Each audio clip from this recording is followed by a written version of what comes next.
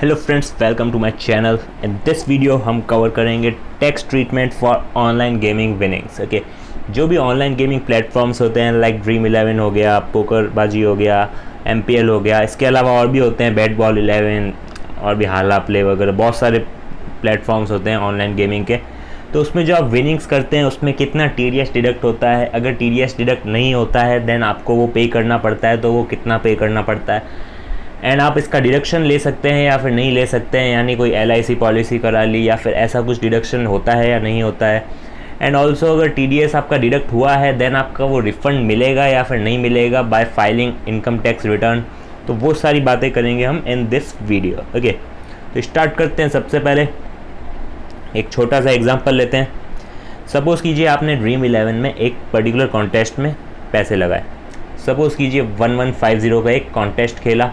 अगर आप जीत जाते तो आपको 3000 मिलते, बट अगर आप हार गए तो वो आपका लॉस हो गया 1150 का। ओके, तो वो जो लॉस है वो आपका आ गया इस रेड लाइन में।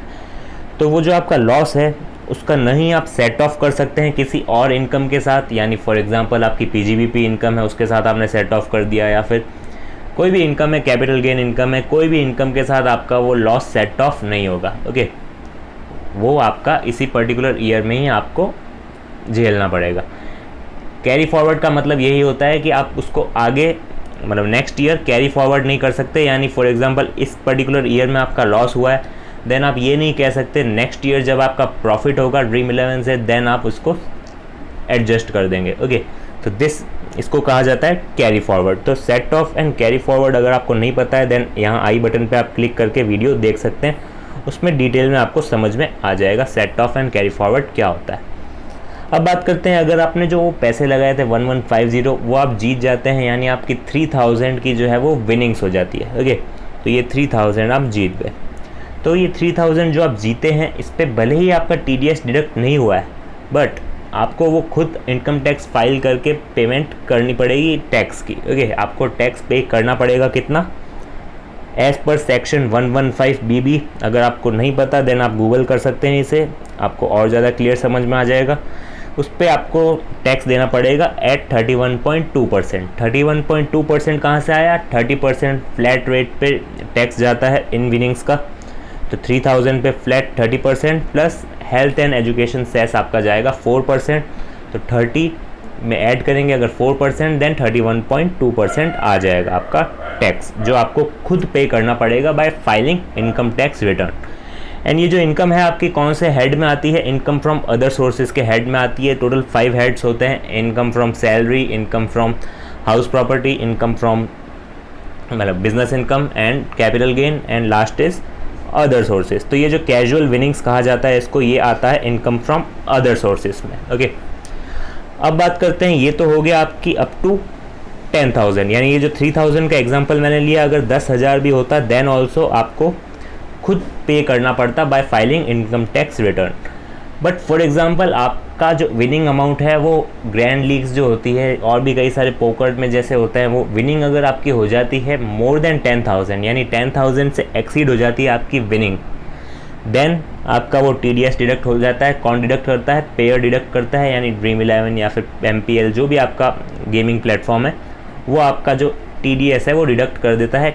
कितना, सेम रेट 31.2%, जैसा यहाँ था वैसा ही यहाँ भी है। फ़र्क बस इतना है, यहाँ सेक्शन अप्लाई होगा 194B जो कि TDS का सेक्शन है। अगर आपको डिटेल में जानना है देन ऑल्सो आप आई बटन पे क्लिक कर देना, मैं यहाँ पे डाल दूँगा। TDS आपका डिडक्ट होगा कितना, 31.2%।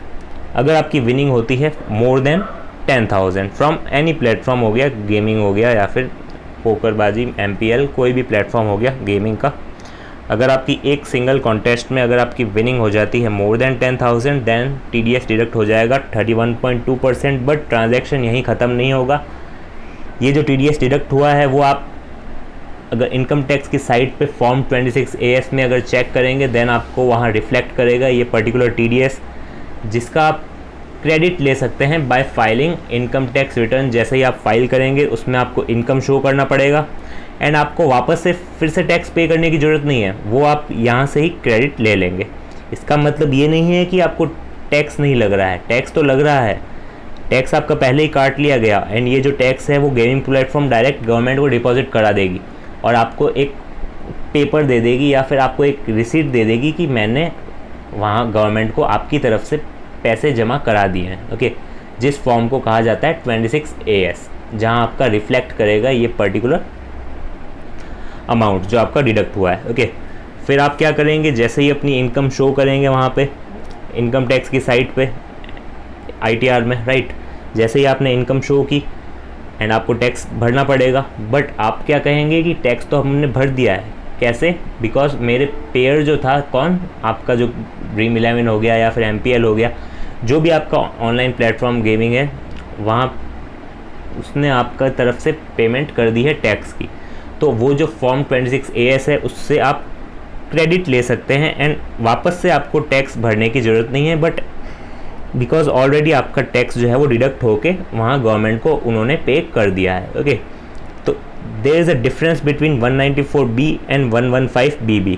व्हाट, यहाँ पे अगर हम खुद ITR भर के इतना टैक्स पे कर रहे हैं अपनी विनिंग्स पे, एंड यहाँ पे हमारा जो पेयर है यानी जो हमें पे कर रहा है विनिंग्स, वो TDS डिडक्ट करके गवर्नमेंट को डायरेक्टली पे कर रहा है एंड हम ITR फाइल करके सिंपल से उसका क्रेडिट ले रहे हैं बिकॉज हमने ऑलरेडी टैक्स पे कर दिया है, देन वापस से पे करने की ज़रूरत नहीं है। ओके, तो this is the difference between 194B and 115BB। Okay, तो क्लियर है। तो बेसिकली 115BB आपको क्लियर है, जो कि है कैजुअल विनिंग्स का। ये विनिंग्स कहाँ आती है, कौन से हेड में, इनकम फ्रॉम अदर सोर्सेज में, राइट। अब डिटेल में समझते हैं 115BB में है क्या, यानी इसका मतलब क्या होता है। तो 115BB में है fantasy sports online batting winnings, जो भी है ये सारे टैक्सेबल होंगे under this section of income tax act. Because कई लोग 115BB एंड 194B में कंफ्यूज होते हैं कि ये दोनों एक ही है, एंड लोग सोचते हैं कि उनका अगर TDS कट रहा है मोर देन 10,000, अगर वो विनिंग करते हैं TDS कट रहा है, लेस देन 10,000 या 10,000 की विनिंग करते हैं देन TDS नहीं कट रहा है, देन उनको वो शो करनी नहीं है इनकम। ऐसे नहीं होगा। बिकॉज आप सपोज़ कीजिए आप खुद कि आप रोज़ 5,000 का कॉन्टेस्ट जीत रहे हैं। ओके, रोज़ 5,000 का कॉन्टेस्ट जीत रहे हैं, आपका TDS काटा ही नहीं होगा इन प्लेटफॉर्म्स ने, बट क्या आप वो शो नहीं करेंगे इनकम टैक्स रिटर्न में? आपको शो करना पड़ेगा, राइट। तो वो जो शो करेंगे आप, वो कौन से सेक्शन में होगा, 115BB में, जहां आप खुद शो करेंगे। ओके, एंड ऑल्सो इसमें और कौन कौन सी विनिंग्स होगी, winnings from lottery, crossword puzzle, horse race, card games, betting, gambling और एनी अदर गेम्स। ओके, जो भी गेम्स की विनिंग्स होती है वो इस पर्टिकुलर सेक्शन में कवर हो जाएगी। अब बात करते हैं 194B is a different concept. इसका क्या मतलब है, ये TDS का एक सेक्शन है सिंपल सा, कि अगर आपकी विनिंग मोर देन 10,000 हो रही है देन उन गेमिंग प्लेटफॉर्म्स के ऊपर लाइबिलिटी है कि उनको वो टैक्स डिडक्ट करना है एंड गवर्नमेंट को डिपॉजिट करना है। बदले में आपके वो 26AS में रिफ्लेक्ट करेगा। जब आप इनकम टैक्स रिटर्न फाइल करेंगे, इनकम आप शो करेंगे, विनिंग्स अपनी जो भी है, एंड वो 26AS इंपोर्ट करते ही आप क्रेडिट ले लेंगे उसका। तो ओके, तो इन दोनों में कंफ्यूज नहीं होना है। 115BB अपनी जगह है, 194B अपनी जगह है, दोनों में अलग अलग कंसेप्ट है। 194B में पेयर जो है वो डिडक्ट कर रहा है आपका टैक्स, डिपॉजिट कर रहा है इनकम टैक्स डिपार्टमेंट को, बट आपको तो वो शो करना ही अपने ITR में एंड क्रेडिट ले लेना है उसका, बिकॉज आपने ऑलरेडी वो इनडायरेक्टली पे कर दिया है, right, through gaming platform. But in case of 115BB अगर आपकी इनकम लेस देन 5,000 है या 10,000 भी है, देन ऑल्सो सेम प्रोसेस रहेगा। आपको वो शो करना है अपने अदर सोर्सेज में, कैजुअल विनिंग्स में, एंड आपको वो टैक्स पे करना पड़ेगा at the same rate. Okay, simple. तो ये दोनों अलग अलग चीज़ हैं, इक्वल नहीं है। नेक्स्ट अब बात करते हैं सेक्शन 58 सब सेक्शन 4 की, जिसमें दे रखा है कि कोई भी तरह का डिडक्शन नहीं मिलेगा ऑफ एनी एक्सपेंडिचर या फिर allowance in connection with such income.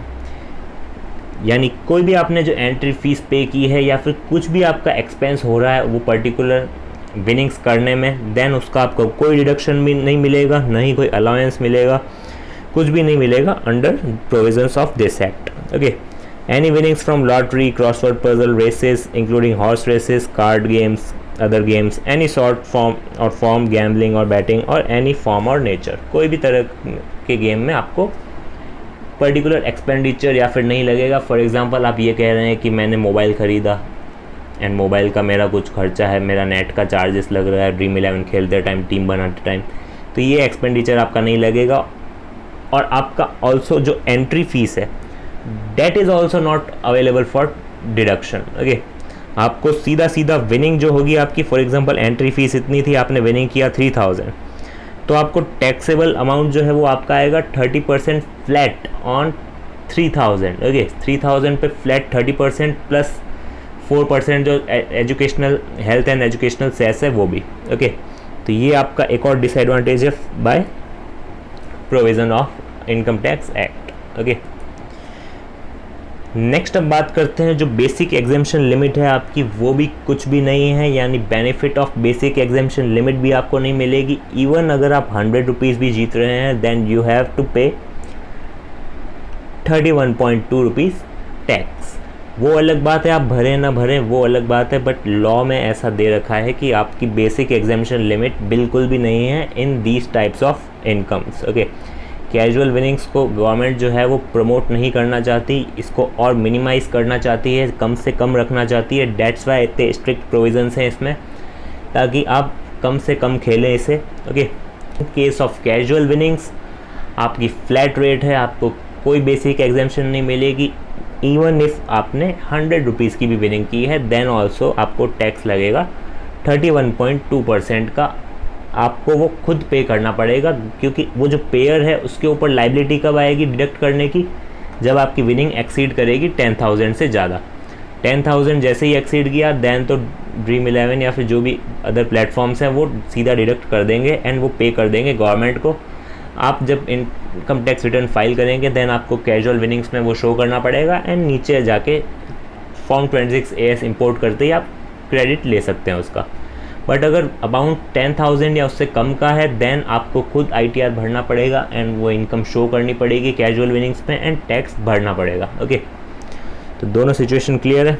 Entire amount जो भी आपको रिसीव होगी will be taxable at a flat rate of 31.20%, whether आपने जो भी एंट्री फीस पे की है या फिर आपने 5 कॉन्टेस्ट ज्वाइन किए हैं, अगर आपने एक कॉन्टेस्ट भी विन किया है उसमें तो उस पर ही फ्लैट रेट चार्ज होगी। आपने जितने ही भले ही लॉस में हैं आप नेट, कोई फ़र्क नहीं पड़ेगा, आपने जितनी विनिंग्स की है जो पर्टिकुलर आपकी एंटायर विनिंग्स है उस पर फ्लैट रेट चार्ज होगी। ओके, नेक्स्ट अब बात करें तो कोई भी डिडक्शन नहीं मिलेगा आपको, ATC या फिर ATD या फिर कोई और डिडक्शन अलाउंस कुछ भी नहीं मिलेगा फ्रॉम सच इनकम। ओके, जो LIC के डिडक्शंस होते हैं और भी कई सारे डिडक्शंस होते हैं, मेडिकल इंश्योरेंस प्रीमियम, कुछ भी आपको डिडक्शन नहीं मिलेगा against this type of income.